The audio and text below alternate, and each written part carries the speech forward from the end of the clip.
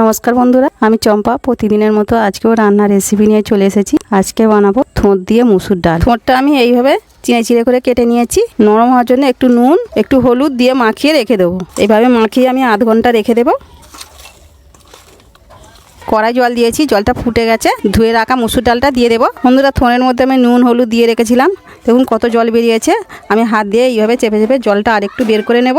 বন্ধুরা, থোঁটটাকে আমি চেপে জলটা বের করে নিয়েছি। ডালটা হাফ সিদ্ধ হয়ে গেছে। এই থোঁটগুলো দিয়ে দেবো, দিয়ে একসাথে সিদ্ধ করে নেব। একটু হলুদ দিয়ে দেবো, একটু লঙ্কা গুঁড়ো দিয়ে দেবো। যেহেতু থোঁড়ের মধ্যে নুন দেওয়া ছিল, তাই আমি ডালে অল্প একটু নুন দেবো। দিয়ে একটু হাতা দিয়ে আমি নেড়ে চেড়ে নেব।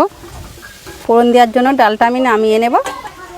থোঁট দিয়ে ডালটা বানানোর জন্য আমি ফোড়নে দিয়ে দেবো দুটো তেজপাতা, 5 ফোড়ন, গোটা জিরে আর দুটো শুকনো লঙ্কা ফাটিয়ে দিয়ে দেবো। কুচিয়ে রাখা পেঁয়াজ দিয়ে দেবো, দুটো কাঁচা লঙ্কা দিয়ে দেবো। দিয়ে পেঁয়াজটাকে আমি ভালো করে ভেজে নেব।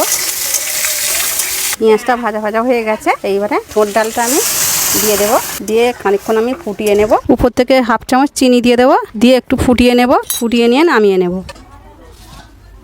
বন্ধুরা, থোঁট দিয়ে মুসুর ডালটা আমাদের বানানো হয়ে গেছে। আপনারা বাড়িতে এইভাবে বানাবেন। আর আমার চ্যানেলটাকে লাইক ও সাবস্ক্রাইব করে পাশে রাখবেন।